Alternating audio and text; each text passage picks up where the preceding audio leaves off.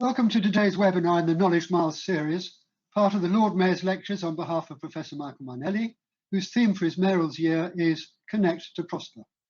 In this free online lecture series, we address the connections in and around the Square Mile, which Michael likes to call the world's coffee house, and how these might help us to tackle future global challenges.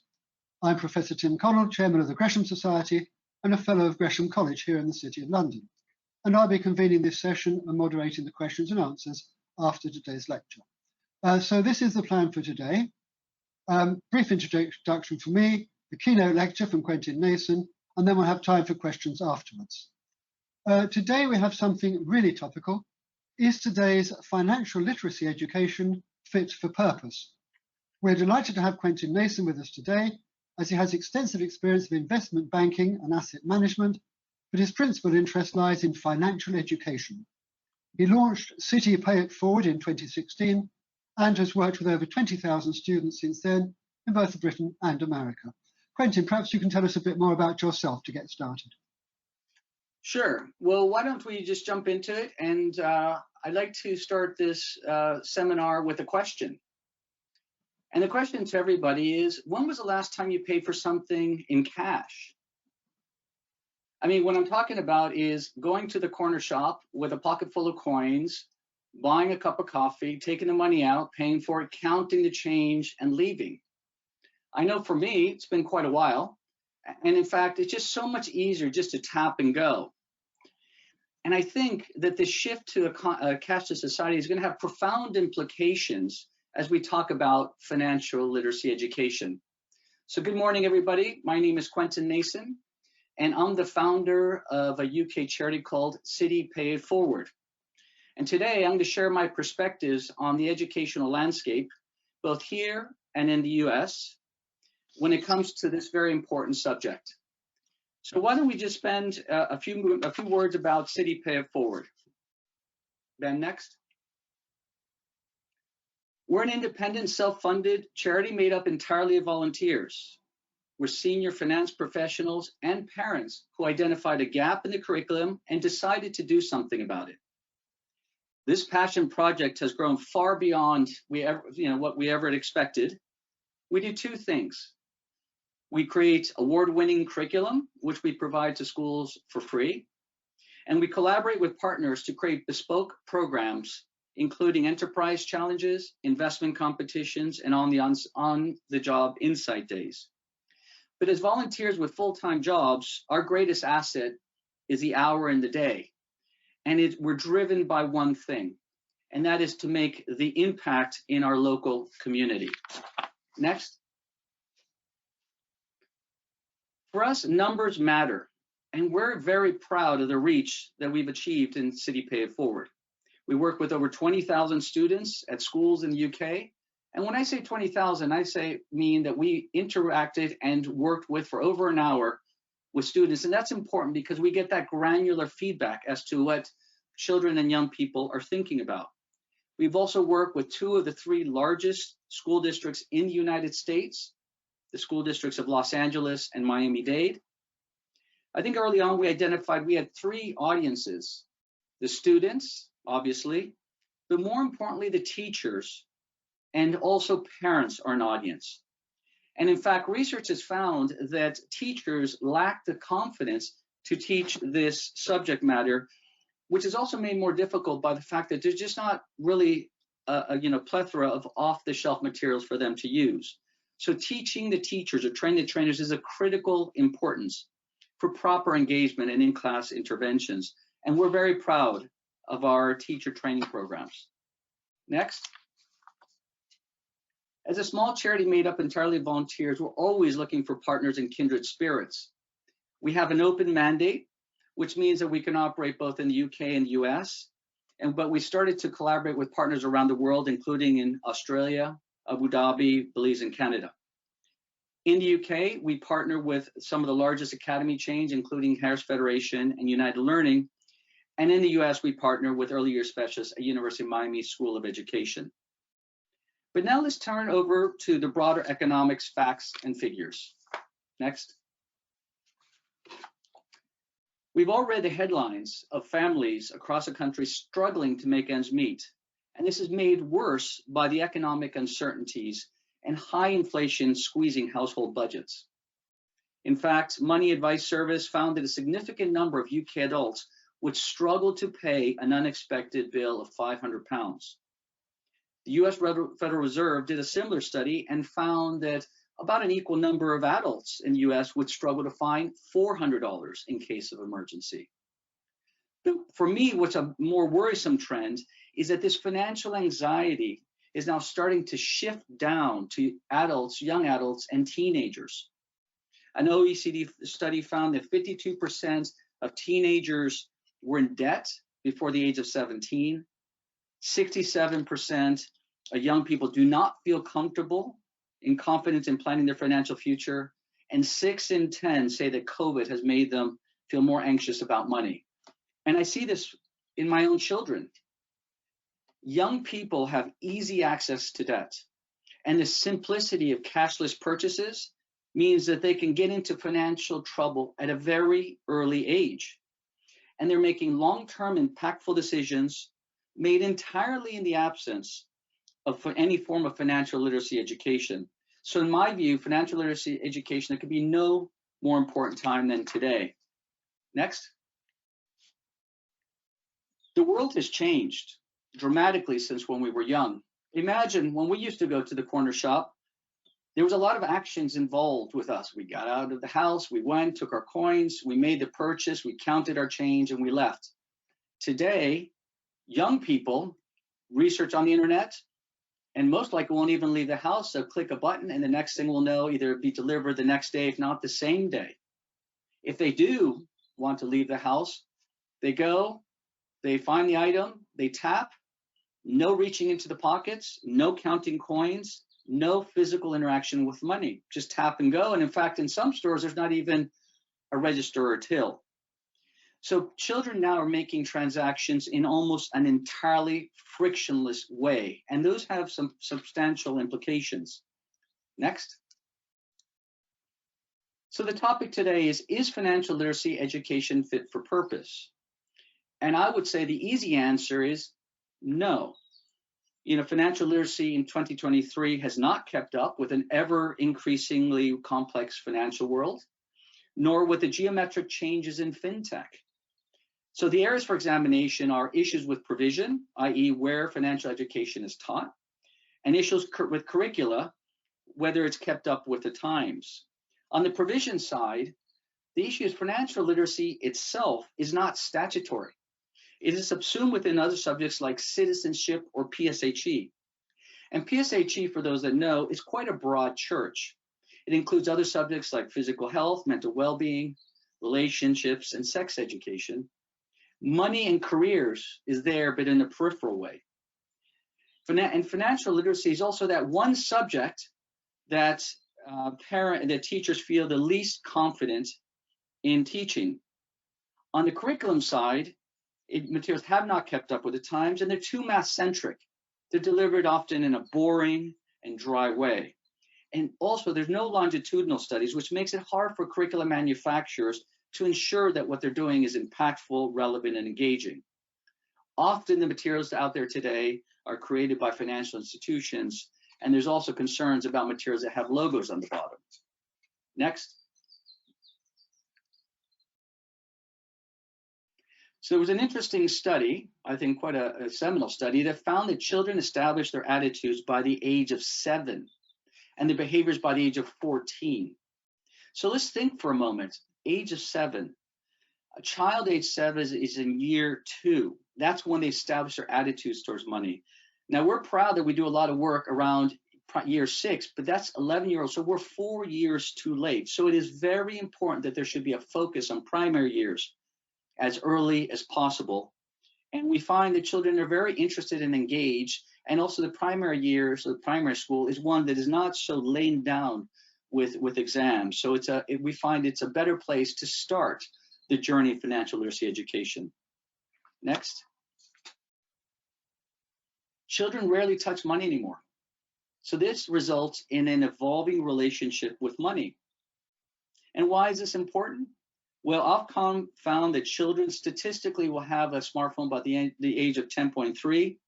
They'll have a debit card by the age of 11, and the contactless limit is £100, which in some respects is a perfect storm because they have access to money, ability to spend money, and £100 is a lot of money for an 11-year-old. And we've all heard horror stories of children spending thousands of pounds in in-app purchases in the blink of an eye using their parents' embedded credit card. In fact, that there was a study that found that children spend between 10 and 100 pounds a month in in-app purchases in supposedly free games. Next. I touched on the cashless society, but society is changing very fast. I think it's almost poetic that Sweden, which is the first country to introduce banknotes in 1661, today is considered one of the most cashless societies in the world. In the UK, cashless transactions now exceed cash-based transactions. And a little factoid, South Korea during the pandemic took all physical banknotes out of circulation for 10 days for fears that they were carrying pathogens. And guess what? The world didn't end. So, have you ever tried recently to make a large deposit or withdrawal at a bank branch? You almost have to make an appointment to do that. And in fact, research has shown that there's between 2015 and 2021, there's been a 30% reduction in bank branches around the UK with a closure of 4,000 branches. Cash withdrawals at ATMs is also down. So the question is, if one cannot use cash to buy an item, or they cannot use it to go on the tube or the London buses, or make a deposit easily in the bank, then what is the definition of legal tender? It's a big question to consider. Next. So I thought I would do a quiz, a little pop quiz for a morning. So this is a question that we ask children amongst the 20,000. Remember, 11-year-olds, broad demographic. And the question is a simple one. Is your money safe in the bank? What percentage of primary age students do you think say, yes, my money is safe? So now this is your opportunity to participate. So you're going to get here on the screen and you have 4 choices. So which of these 4 choices, which percentage of children? It'd be great if everybody can select one, and then we will pause here for a second. So once again, what percentage of children say, yes, my money is safe in the bank? So hopefully everybody has the opportunity. I'm crossing fingers that you have the chance to select one of 4. Maybe 10 seconds. All right, well, let's see what everybody's thinking. Very interesting. Okay. So a good dispersion, but 40% of everybody thought that yes, 75% of the children respond that yes, their money is safe in the bank, and otherwise it was broadly distributed. So Ben, if we can go back to the page. Well, the answer is, next slide, only 25 to 50% of children say yes. That means that over half of the children, the vast majority, do not believe that their money is safe in the bank. So let me put that into context. I've been a banker for over 20 years, in finance for 30. My wife is a banker, my father's a banker. I grew up believing that there was no safer place to keep money than in the bank. And every time I have these interactions with children, it both surprises me and shocks me to see that they don't believe in the sanctity of the bank, which is a huge problem because ultimately our financial system is one that's based on trust. Next. So one of the things as we produce materials, financial literacy materials, and we go to classes to interact with children, and we try to encourage them to save and put money in the banks and keep it there, we need to consider what that means if the children themselves do not feel that where they're putting the money from their piggy bank is safe. Now look, this is not formal research. This is empirical information and anecdotal from our interactions with children, but I do think given the consistency of the results is something that is pretty telling. So why this lack of trust? We think that part of it is that children rarely go to a bank branch, if it's even open. So therefore, their interactions with the banks is mostly online, and so they conflate the worries with worries of scams. Interestingly, this generation has a general distrust of institutions, and most are unaware that their money is insured by things like the compensation scheme and the FDIC. In fact, we spend a lot of time in our presentations making sure that children understand that their money is safe. But I will say, we do need formal research to explore this because this is a very important subject that needs exploration. Next. Cryptocurrencies and the metaverse. Two things are adding a lot of complexity. There's 4,000 cryptocurrencies, and this form of money now is ubiquitous, and children, I can tell you, are both interested and aware. And these zeros and ones are now starting to beg the question, what is money? So I gave a presentation recently to a group of year 6 students, and one child asked me a question, what I thought about cryptocurrencies. And I said, look, a lot of people, smart people, think it's worth a lot. A lot of smart people think it's worth zero. I don't know. So I would suggest, don't worry, don't get involved. He said, sorry, sir, I asked a different question. What do you think about cryptocurrency mining? Now, this is an 11-year-old child who is mining Bitcoin at home. So it is important that we address things like this when we talk about financial literacy education in 2021. The metaverse is equally complicated because now children have two things to make buying decisions, their physical persona or their avatar.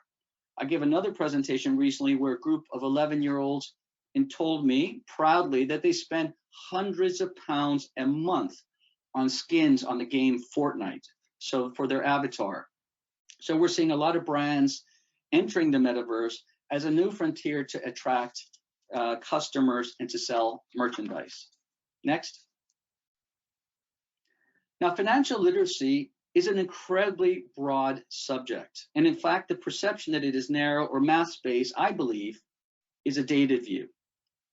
Kids love it. They're super interesting. And for them, it is incredibly relevant to the lived experience. And we find that children and young people are much more adept consumers than we realize. Now, I know, and I've heard that teachers can find this subject matter daunting, but I think it should be one that's simple to teach. Debates are easy to spark. I mean, just an example, you get a group of students and you say, talk me through the buying process when you have a generic brand of sneakers or trainers, and there's another thing, another brand in the corner that's 10 times more for a brand. Are they worth it? Discuss. It is very easy to go and have that discussion. It sort of runs its own course. So I think it's important to train the trainers and train the teachers to overcome this reluctance and to find ways to weave in financial literacy topics into other statutory subjects. Next. Now, we work with schools and school districts both in the UK and in the US, and it affords us an opportunity, given our open mandate, to see things and how they take place in different geographies. And there's a surprising level of difference between the two. In the UK, obviously, we have the national education system with the statutory standards, with Ofsted is the regulatory body who makes sure that schools are adhering to standards. But financial literacy is not statutory or required at primary schools. And when it's taught in secondary, it is subsumed within other subjects like citizenship or PSHE, which means that school interventions in this subject are patchy, inconsistent, and applied on a school-by-school basis. In the US, it's different. States and school districts either apply the Common Core or individual state standards, and they do it on a top-down basis. Now, through a lot of hard work from organizations in the US like NextGen Financial, now we have more and more states mandating financial literacy to graduate from high school. In fact, Wisconsin, the state of Wisconsin, is now the 24th state in the United States to mandate financial literacy to graduate. We expect more states to follow, and maybe all 50 states at one point, so all the United States will require it. The United States is easier for charities like ourselves to go top down and work with large groups of schools and students because of the top-down approach, versus in the UK, it's much more bottoms up, so school by school or academy system by academy system. Next. Schools are the natural, if not the default place to engage with large number of students, but the educational landscape and the school day is incredibly crowded. Achieving good grades is of paramount importance. But that being said, head teachers are always juggling educational priorities, while at the same time dealing with things like budget deficits, attendance and behavioral issues, parents' demands, Ofsted inspections and ratings. I've seen this firsthand as a vice chair of a two-form primary school. What that means is that there's precious little time in the school day for extras. Sadly, if something has to give, it's always the not statutory stuff, and things like financial literacy are the first of all. Next. So if not schools, then where? Well, community centers, charities, other educational institutions make natural extensions, but there training the trainers is even more paramount of importance at these settings. And as you'd expect, provision of these non-school settings can be patchy, and shifts in priority in funding and staffing will impact whether they do it or the intensity at which they do it. I personally feel that a natural place for financial literacy education is at home via parents and carers. In fact, at City Pay It Forward, we believe in empowering parents so they can engage in this important subject matter at home. And it will complement what they're learning at school if it's being provided at all. Next. So in terms of financial literacy being fit for purpose in 2023, I have a few things. The first is around provision. We need to make it a standalone statutory subject. And right now, I'm pleased to say that there is a parliamentary petition going around on that.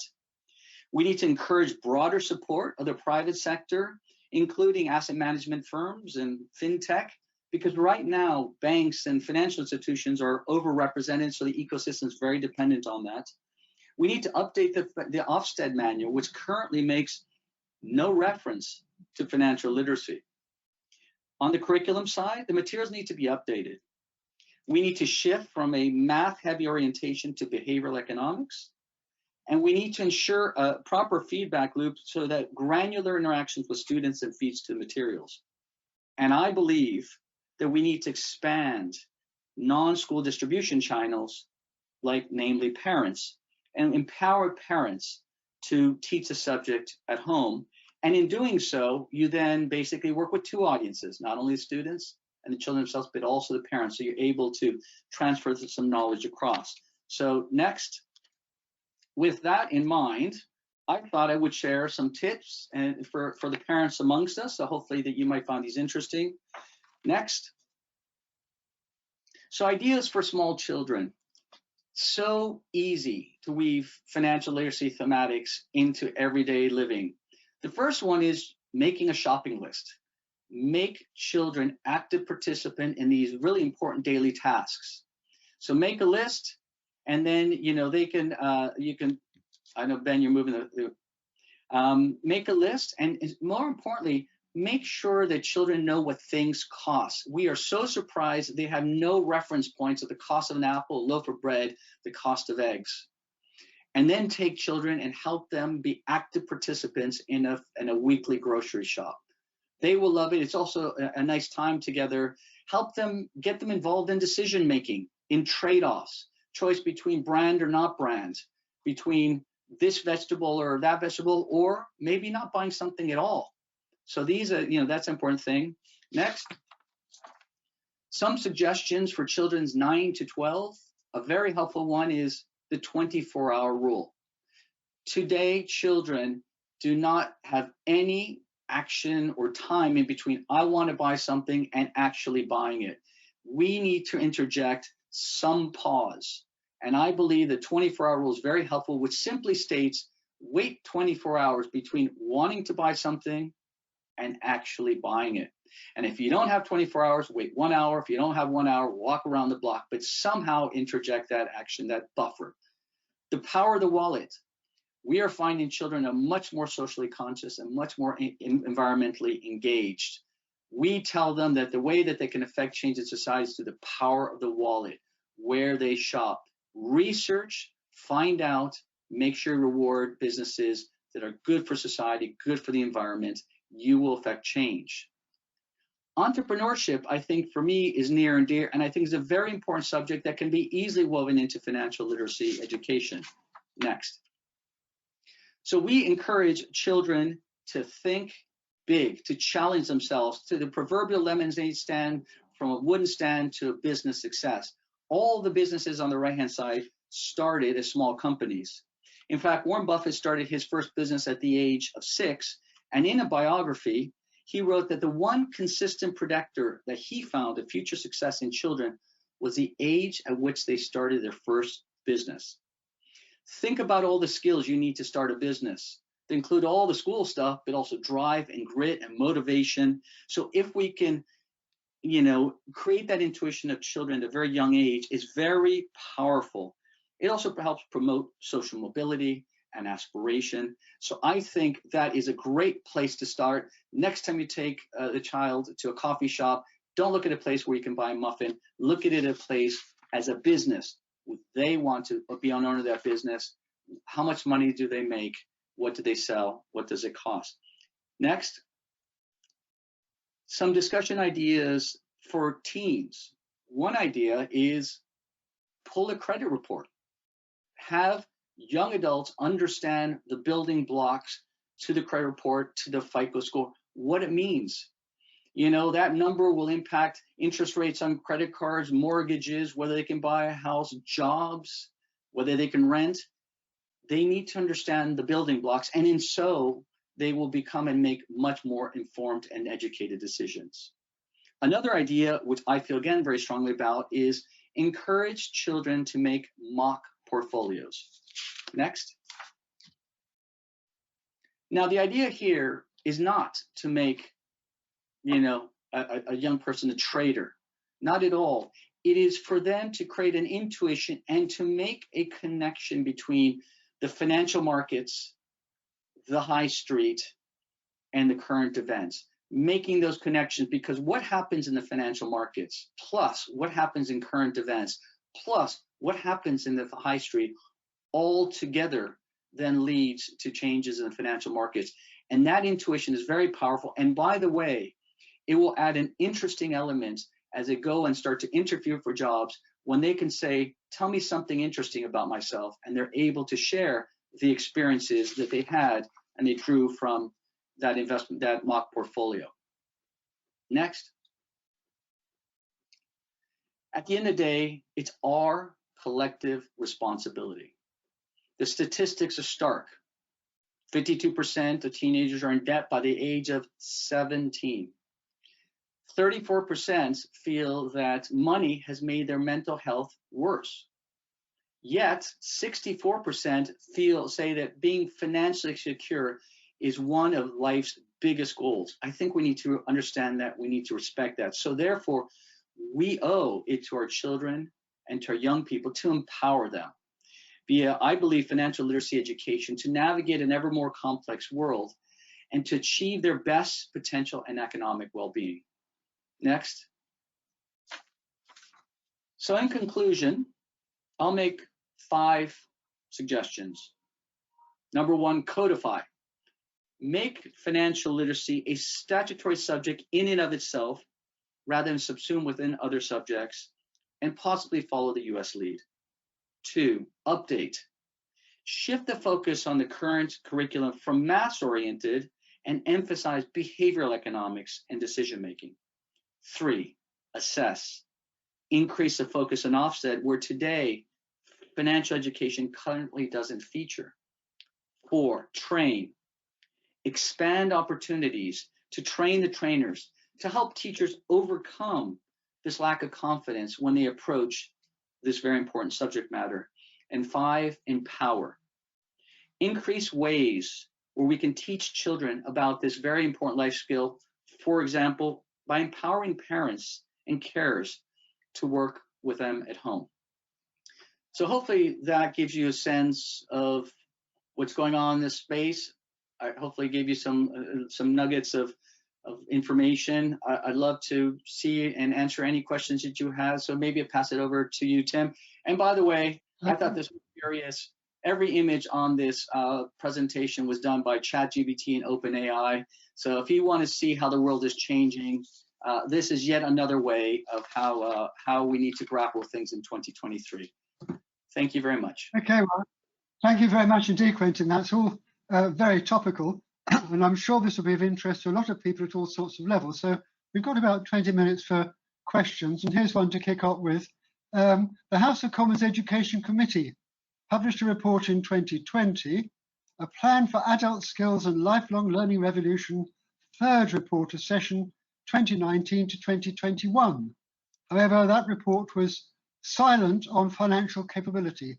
Is this a pretty serious oversight? Well, I think it's a good initiative, and I think that anything that keeps this in the dialogue is important. But I will argue that you are probably 15 years too late. So it is, we have three cohorts. We have primary, secondary, and then young adults, and after there. So I'm a believer that one, we need to get policymakers to focus on the importance. Two, we need to really get them to make the subject statutory. But number three, we need to start earlier and earlier.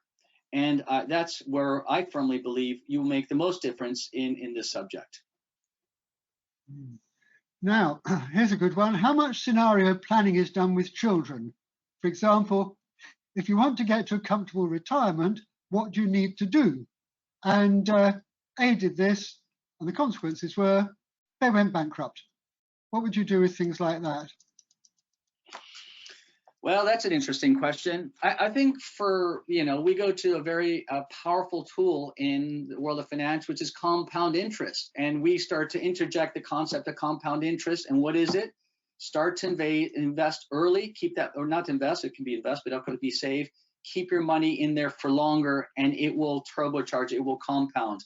So I guess I would say, let's go back to basics. Let's get children to save, to invest early, to keep money there, to not fall to things like instant gratification. And if we can get, it just grows geometrically. So I would say, let's keep it easy and just say, keep it in the bank longer. Rather reminds me of being in the Busy Bee Club when I was at primary school with a trustee savings bank. And we were assured by our teacher that our sixpence a week was helping us to rebuild the country.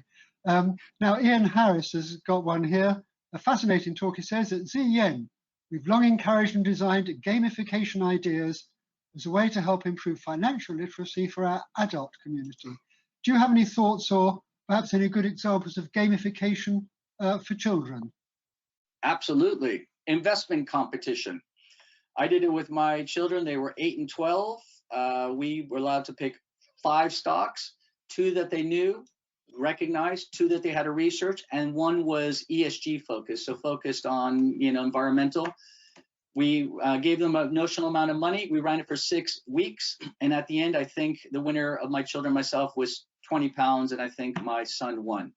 But you know what? If you gamify it and you create a reward at the end, we find that that's very powerful. We run investment competitions for year 10 students, and the reward is a day on a live trading floor.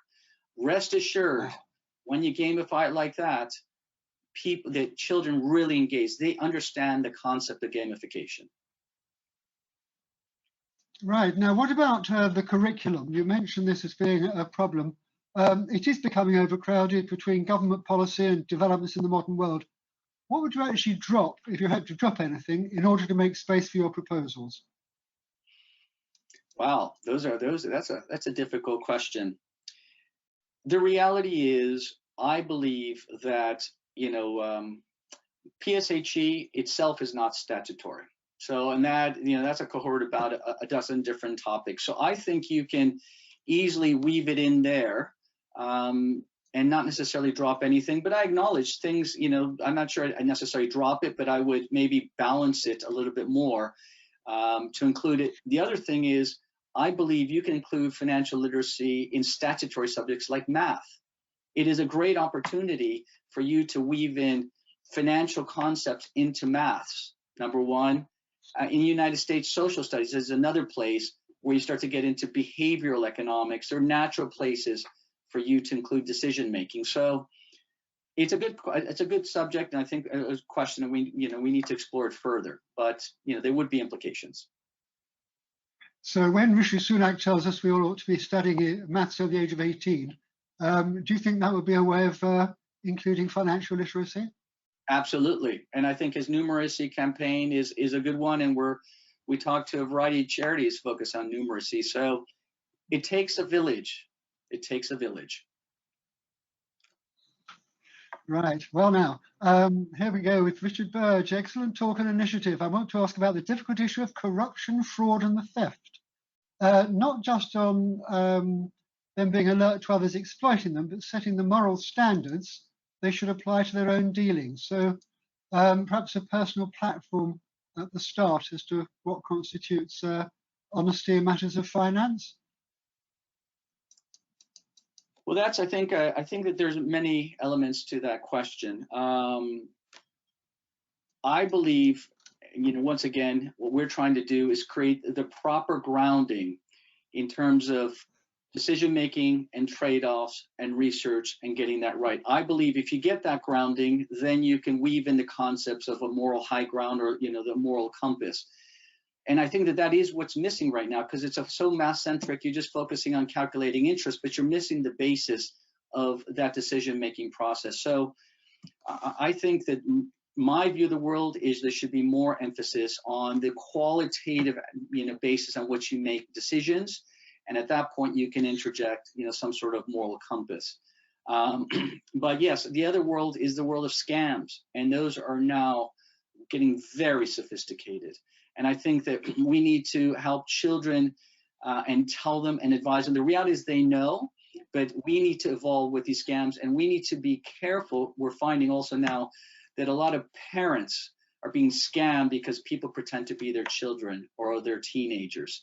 So one of the things that we've suggested is creating a code word between parents and children, so the parents who get the call and say, I'm the teenage son or daughter, challenge them saying, what's the code word? And that way you almost create a password, and it's needed. There's some real shockers of scams out there. Yes, indeed. Now, not everyone is agreeing with you, I'm afraid here, Quentin. Martin White is saying, keeping money in the bank longer. Surely that's appalling advice for the long term, given the impact of inflation and tax on nominal interest, not on the real return. How do you feel about that? Well, I don't necessarily disagree, but if you have a 9-year-old child, the first place you need to start is in the bank. And then when they get to the appropriate age, then they can start to make things that might be inflation protected. There's a lot of other investments that provide and for protection against inflation. But I would suggest that a 9, a 10, a 12, a 15-year-old, a good place is to start, once again, to create the discipline of savings. And then once they get to the age at which they can diversify, absolutely. As a finance professional, we do that all the time, but I'm not sure that primary age is a place to start there. Well, John Hunter became being rather critical here as well. How do you deal with the conflict between financial literacy and an industry that profits from customer ignorance? Wow, these are zingers. I can tell you that we are an independent charity made up of parents and finance professionals. I believe that there should be a line of division between materials done by financial institutions, maybe banks, and those that are unaffiliated. So we need people to be aware that there's a huge system out there trying to to profit from people. So we need to educate, we need to empower children younger and younger to make these decisions, but we are able to do that in a non-commercial way. That is not why we do it. I think that that's important. But yes, we need for them to be aware and to make educated decisions. And a lot of that time is to research, even open a savings account, be a critical consumer, right? Banks are looking for your money for the savings account, shop around. Right, Matthew Leach asking about your experience. Have you had any problems at all where teachers are reluctant to involve your charity because the teachers don't trust banks either? Well, interesting. If they don't engage with our charity, we would have never known, because we don't get there. But I have had, when I asked the question if the money's safe in the bank, teachers being quite vocal about their views, and rest assured that they don't necessarily trust the banks. But I believe maybe their view is driven by, the financial crisis and the like. In addition, but I think why children don't trust the banks is a different one than teachers. But yes, we find that teachers sometimes have very forthcoming views that they share. Martin White saying that he's happy with the bank idea, but for the short term and a means of habit building. If you weren't doing this through banks, what other organizations might you recommend? Well, I'm a little stumped there, because if you have a primary age child, and I'm not sure, aside from a bank or a bank-like institution, where else they can keep it other than just at home. But I'd love to have a debate with him, and have a chat and meet up for a coffee. Maybe it's a better forum. But I think a bank is a good place for a young person to start. And once they become of age, there are other choices, is the way I'd put it. Right. We've talked a lot about primary level, but thinking at secondary, when we were talking, you mentioned that you do things like enterprise challenges, insight days, and investment competitions. Can you tell us a bit more about those? Sure. Last year, we worked with 10 Harris Federation schools. I think that they were primarily sort of year 10 students. We gave them a brief, and we did effectively a Dragon's Den. And we held a competition across the 10 schools, with the winning teams then winning prizes that we sponsored. I personally believe that the Dragon's Den sort of enterprise thesis is a phenomenal one, because it's much easier to create a 20-page presentation than it is to create an executive summary. So the amount of digestion and synthesizing of information to be able to articulate it in 1 minute is an incredibly powerful life tool and skill. So that's one thing that why we like it. The investment competitions, again, the intuition that we build in on the back of that by gamifying it, we find very rewarding. We think children do, and they make those connections are really powerful.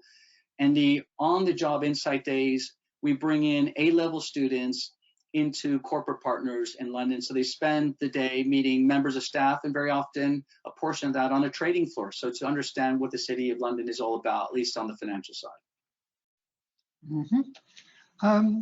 Yes, I don't think we have time now for more questions, but certainly we're getting appreciative remarks coming in, and people asking more about what you actually do. Where can people go to if they want to find more about your activities? Absolutely. So info@citypayitforward.com. So www.citypayitforward.com, all one word. I love anybody who like to keep this discussion, meet up for a coffee. You know what? It's, hopefully the passion comes across. We love what we do. We love engaging with students. We do it all on the side of day jobs, but we're really proud of the impact we make. So, I'd encourage anybody who wants to get in touch, please do so. Fascinating. Well, let's just have a brief look now at some of the forthcoming lectures in the series so people can see what's coming up. We've got plenty of variety here. Design for Life on the 10th of January, social connectivity. 2 days later on the 12th, computational medicine and digital twins improving medical care. That'll be one to look out for. And then, of course, back to the business-related topics, harnessing entrepreneurship in the City of London to help build a world-class 21st century economy, which I think we would all benefit. Finally, thanks to all of you, the audience, for your interest in supporting the Lord Mayor's lectures. And of course, thank you very much indeed to Quentin Nason. I think we're now much more aware of the current situation with regard to financial literacy, and it's clearly a very important topic which I look forward to hearing more about. This lecture and all our lectures are recorded and posted on the Gresham Society website. Will also be put up on the YouTube channel in case you'd like to revisit anything. And we hope to see you all again for another lecture in the Knowledge Miles series. And this certainly fits in with the Mayor's theme for the year, which is Connect to Prosper. Thank you, Quentin, and goodbye. Thank you.